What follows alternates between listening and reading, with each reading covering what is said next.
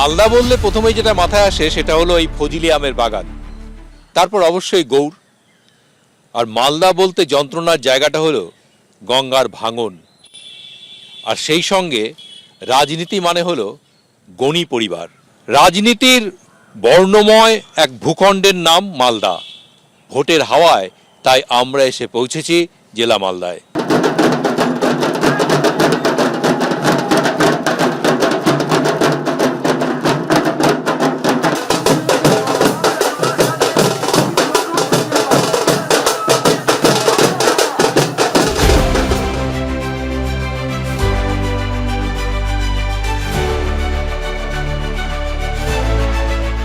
মালদার এই সমস্ত পরিচয়ের সঙ্গে জুড়ে গেছে অশান্তি, আগুন, ভাঙচুর, কালো টাকা আর জাল নোটের মতো বেশ কিছু শব্দ।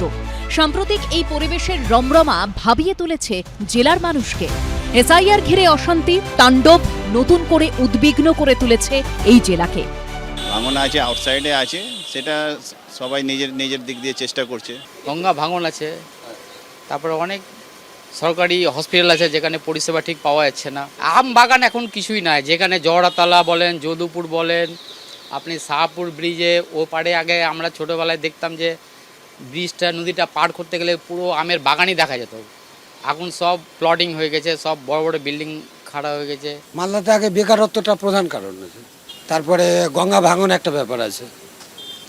গঙ্গা ভাঙনে যেরকম টিএমসি কাজ করেছে কিন্তু সাকসেস না।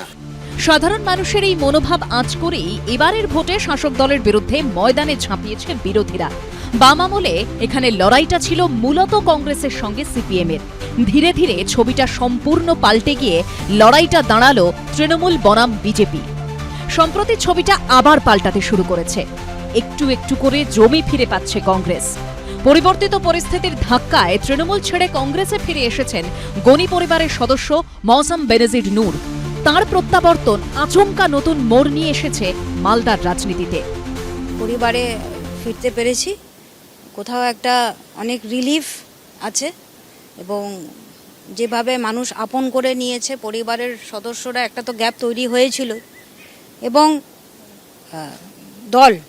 কংগ্রেস দল, কংগ্রেস পরিবার তারাও যেভাবে আপন করে নিয়েছে, এটা আমার কাছে একটা বিরাট বড় পাওনা। আরেকটা বিষয়ে বলা হয় যে মৌসম বেনজির নূর পোর খাওয়া রাজনীতিবিদ, যেহেতু কোতোয়ালি বাড়ির সদস্য, সে টের পেয়ে গেছে যে তৃণমূলের কোথাও ভবিষ্যৎ ক্ষীণ হয়ে আসছে এই জেলায়। তার জন্যই কি আপনি তৃণমূলকে ছেড়ে দিয়ে, মানে ডুবন্ত নৌকা ছেড়ে দিয়ে চলে এলেন কংগ্রেসে? দেখুন, রাজনীতিতে সবসময় আমরা দেখেছি, আমি নিজের লাইফেও দেখেছি যে উপর নিচে হতেই থাকে, কোনো সিচুয়েশন সেম থাকে না, পরিবর্তন আসতেই থাকে। এবং কংগ্রেস দলের পরিস্থিতি অবশ্যই ভালো, আমি চলে যাবার পরেও ভালো কিন্তু ছিল, এখনও ভালো আছে। কিন্তু আমি মনে করি যে তৃণমূলও আমাকে যথেষ্ট সম্মান দিয়েছিল, জায়গা দিয়েছিল, কিন্তু নিজের যে একটা কনসিয়েন্স থাকে সেটাকে ক্লিয়ার করার জন্য আমি এই সিদ্ধান্তটা নিয়েছি। আগামী দিনে আমি জানি না কি হবে, কিন্তু আমি এটা সারা জীবনের জন্য এই ডিসিশনটা নিয়েছি। 12টা সিটের মধ্যে আপনি আশা করছেন কটা সিটে অন্তত কংগ্রেস ঘুরে দাঁড়াতে পারবে এবং জিততে পারবে? আমরা প্রত্যেকটা সিটই কিন্তু টার্গেট করছি এবং এখন যা পরিস্থিতি আমাদের মনে হয় যেখানে আমরা যাচ্ছি, কংগ্রেসের রেসপন্স খুব ভালো, প্রার্থীরা খুব ভালো রেসপন্স পাচ্ছে। আমরা 12টা সিট টার্গেট করে এগোচ্ছি, আমরা 100% যে আমাদের রেজাল্ট খুব ভালো হবে। দীর্ঘ বছর ধরে এখানে কংগ্রেস মানেই ছিলেন এবিএ গনি খান চৌধুরী। এই জেলায় বাম বিরোধী আন্দোলনের ভর কেন্দ্র ছিল গনির বসত ভিটে কোতোয়ালি। এখন গনি নেই, কোতোয়ালির সেই আকর্ষণও হয়তো নেই, তবু গনি নামের ম্যাজিক এখনো ফুরিয়ে যায়নি। গত লোকসভা ভোটে সেটা স্পষ্ট হবার পর মৌসমের প্রত্যাবর্তন হয়েছে কোতোয়ালির ছত্রছায়ায়, এমনটাই মনে করেন এলাকার মানুষ। এবার বিধানসভা ভোটে মালতীপুর কেন্দ্রে কংগ্রেসের প্রার্থী হয়েছেন মৌসম, কিন্তু শেষ পর্যন্ত বিধানসভা ভোটেও কি কাজ করবে গনি ম্যাজিক? মালদাতে গনি খানের প্রভাব আজও আছে, পরেও থাকবে, ভবিষ্যতেও থাকবে। মৌসম বেনজির নূর আবার ফিরে এলেন গনি পরিবারের কংগ্রেস রাজনীতিতে, সেটা কি এই কারণে? না, অবশ্যই গনি খানের জন্য, ও তৃণমূলে যাবার পর দেখেছে ওর পিড়ি সরে যাচ্ছে, ওই জন্য উনি আবার গনি খানের দলে এসে যোগ দিল। গত 2024-এর লোকসভা ভোটে গনি ফ্যাক্টর কাজ করলো, ঈসা খান জিতে গেল। কিন্তু হোয়ারেস তার আগেই কিন্তু যখন আবার বিধানসভা ইলেকশন ছিল 21-এর ভোটে, সেখানে কিন্তু সুজাপুর থেকে কিন্তু তৃণমূল জিতলো। তাহলে আপনি এটা এখন বলতে পারবেন না গনি ফ্যাক্টর রয়েছে কি আছে কি নাই? এখনো গনি খানের প্রভাব আছে, এখনো আছে অবশ্যই। মালদাকে আমরা যেটা জানি যে গনি খান হচ্ছে মালদার পীর বাবা। হ্যাঁ, কংগ্রেস ছেড়ে চলে যাওয়া তৃণমূলে আবার এটা ফিরে খুব- আসা, অনেকে বলছে যে গনির প্রভাবের বাইরে বেরিয়ে গিয়ে কেরিয়ার। হ্যাঁ, বিরাট ভুল করেছিল। ওনার তো ক্যারেক্টার হিসাবে, ম্যান হিসাবে তো ভালো মহিলা, ওনার গিয়ে খুব ভুল করেছিল। 2016 বিধানসভা ভোটে তৃণমূলকে ঠেকাতে জোট বেঁধেছিল বাম কংগ্রেস। জোটের ফায়দা কংগ্রেস ঘরে তুলতে পারলেও সেবারই জেলায় শূন্য হয়ে যায় সিপিএম। সেবারের ভোটে ফলাফল দাঁড়িয়েছিল কংগ্রেস 8, তৃণমূল 3 এবং বিজেপি 1। সেই যে বিজেপির উত্থান হলো, তারপর থেকে ক্রমশ শক্তি বাড়িয়ে চলেছে তাঁরা। বাম রাজনীতি ছেড়ে রামের ঘরে আশ্রয় নেন খগেন মুর্মু। 2019-এ লোকসভা ভোটে তাঁকেই প্রার্থী করে দেয় বিজেপি। লোকসভা ভোটেও খাতা খোলে বিজেপি। 2024-এও তার জয়ের ধারা রুদ্ধ হয়নি।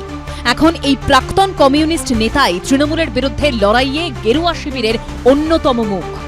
তৃণমূল কংগ্রেসের এত অত্যাচার, এত জুলুম, এত তোলাবাজি, কাটমানি, ফলে মানুষ হচ্ছে সবাই এখন প্রস্তুত হয়ে আছেন, তৈরি হয়ে আছেন তৃণমূল কংগ্রেসকে পশ্চিমবাংলা থেকে উৎখাত করতে। তো মালদা জেলাতেও আপনারা দেখেছেন 2024-এর লোকসভা নির্বাচনেও এখানে দেখা গেছে তৃণমূল কংগ্রেস তারা একটা আসনেও এখানে ওরা জিততে পারেনি। আগে যেমন একসময় কংগ্রেস তার গড় ছিল আমাদের মালদা জেলাতে, এইবার কংগ্রেস আস্তে আস্তে হচ্ছে তারা পুরনো যে তাদের যে একটা অস্তিত্ব সেটাকে আবার ওরা ধরে রাখার চেষ্টা করছে। কিন্তু এখানে সিপিএম এর ভবিষ্যৎ কি দেখছেন আপনি?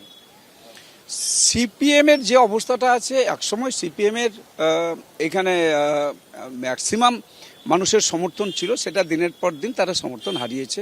এখন মানুষের যা অবস্থা, তাতে মানুষ এটা ঠিক করেছে যে দল রাস্তায় আছে, মানুষের জন্য লড়াই করছে, মানুষের পাশে আছে এবং তৃণমূল কংগ্রেসকে চোখে চোখ রেখে লড়াই করছে ভারতীয় জনতা পার্টি। তাই মানুষের একটাই হচ্ছে ভরসা, সেটা হচ্ছে ভারতীয় জনতা পার্টি।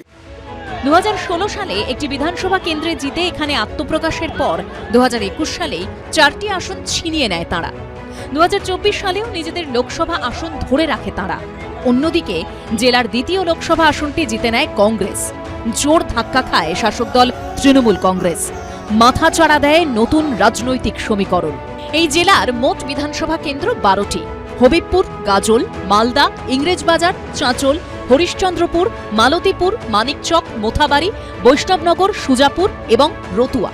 গত লোকসভা ভোটের বিধানসভা ভিত্তিক ফলাফলে দেখা যাচ্ছে বিজেপি এগিয়ে 6টি আসনে। হবিবপুর, গাজল, মালদা, মানিকচক, ইংরেজবাজার এবং বৈষ্ণবনগর। বাকি 6টি আসনে এগিয়ে কংগ্রেস চাঁচল, মালতীপুর, হরিশ্চন্দ্রপুর, রতুয়া, মোথাবাড়ি এবং সুজাপুর। গঙ্গা যেমন আপন খেয়ালে এখানে ভাঙাগড়ার খেলা খেলে চলেছে, যেমন একদিকে জেগে উঠছে ডাঙা আর অন্যদিকে ভাঙছে ঘর, একইভাবে এই ভাঙাগড়া চলেছে মালদার রাজনীতিতে। রাজনীতির এই নতুন গতিধারাকে স্বীকার করতে কোনো দ্বিধা নেই কৃষ্ণেন্দু নারায়ণ চৌধুরীর। একসময় এই কৃষ্ণেন্দু নারায়ণ চৌধুরীকেই বলা হতো গনিখান চৌধুরীর রাজনৈতিক উত্তরাধিকারী। ভাঙাগড়ার ধাক্কায় তিনিও আজ পৌঁছে গেছেন শাসক শিবিরে। ইংরেজবাজার পুরসভার চেয়ারম্যান, পোড় খাওয়া রাজনীতিক কৃষ্ণেন্দু দলের ভালো ফল নিয়ে আশাবাদী হলেও পুরোপুরি সংশয় মুক্ত নন। গতবার যে নির্বাচনটা হয়েছে সেটা মাই ওপিনিয়ন বলছি আপনাকে, কিছুটা প্রার্থীর জন্য আর কিছুটা রিলিজিয়াস ভোট হয়ে গেছিল। তো এটার জন্য কিন্তু সব জায়গায় ধাক্কা খেয়েছে। এইবার রেজাল্ট কিরকম হবে মনে হচ্ছে আপনার? দেখুন, লড়াই হবে, এটা আপনাকে বলছি, কারণ মাননীয় মুখ্যমন্ত্রী অনেকগুলো গ্রাসরুটেড পিপলদের জন্য কর্মসূচি ডিক্লেয়ার করেছে। আগে ইয়াংদের জন্য, মহিলাদের জন্য, কৃষকের জন্য, তারপর ফসলের জন্য, আদার্স উইডোর জন্য, বিভিন্ন ধরনের। এসআইআর নিয়ে যে এত আন্দোলন হচ্ছে মালদাতে, এটা কি আপনাদের ফেভারে যাবে না এগেনস্টে যাবে বলে মনে হচ্ছে? দেখুন, এই এসআইআরের মধ্যে বহিরাগত বেশ কিছু লোক ঢুকে যাচ্ছে। এটা হচ্ছে কি, মানুষের মধ্যে একটা, গরিব মানুষের মধ্যে একটা ঢুকে গেছে, আমি নাগরিক না মানে আমি ইন্ডিয়ানতে থাকতে পারবো না ভবিষ্যতে, ইন্ডিয়ান গভর্নমেন্টের বা বেঙ্গল গভর্নমেন্টের আমি কোনো ফেসিলিটি পাবো না। বহিরাগত বলতে কাদেরকে বোঝাচ্ছে? বহিরাগত যে পার্টিগুলো মানে এক পেসে রাজনীতি করেন, সেই পার্টিগুলো এসে, আমি মেনশন করছি না কারণ নাম, তো এক পেসে পার্টি যারা করেন তারাই নিয়েছে করে। মালদা দূরে সরে যাচ্ছে বুঝেই এখানে সর্বস্ব নিয়ে ঝাঁপিয়ে পড়েছে তৃণমূল। এখানে ঘাঁটি গেড়ে জনসভা থেকে রোড শো যেমন করেছেন তৃণমূল নেত্রী, তেমনি এখানে শিবির করেই আশপাশের এলাকাতেও প্রচার করেছেন তিনি। শাসক দলের উপলব্ধি মালদা এবার 21 ফিরছে না, ফলে 26-এর পরিবর্তিত পরিস্থিতিতে নিজেদের দুর্গরক্ষায় চেষ্টার কোনো ত্রুটি রাখছে না তারা। এবারের ভোটে এখানে বাম কংগ্রেসের প্রত্যক্ষ জোটও নেই, পরোক্ষ সমঝোতাও নেই, ফলে বামেরাও এখানে লড়াইয়ে আছেন নিজেদের মতো করেই। গত 2টি বিধানসভা নির্বাচন তাদের ফিরিয়েছে সম্পূর্ণ খালি হাতে। এবারের পরিবর্তিত পরিস্থিতিতে নিজেদের ভাঙা গড়া মেরামতির আশায় ময়দানে সক্রিয় সিপিএম। ভোট আসতেই প্রতিশ্রুতির ঝুলি নিয়ে দুয়ারে দুয়ারে বেরিয়ে পড়ে রাজনৈতিক দলগুলি। আবার ভোট আসে, ভোট যায়, কিন্তু যন্ত্রণা যায় না। ভাঙন বাড়ে, যন্ত্রণা বাড়ে, কর্মসংস্থান কমে, উজাড় হয় জেলা। তবুও ভোট আসে, বারবার ভোট আসে, যেমন এসছে এবার। ক্যামেরায় উজ্জ্বল ঘোষের সঙ্গে মালদা থেকে দীপক ঘোষ, এবিপি আনন্দ। এবিপি আনন্দ, এগিয়ে থাকে, এগিয়ে রাখে।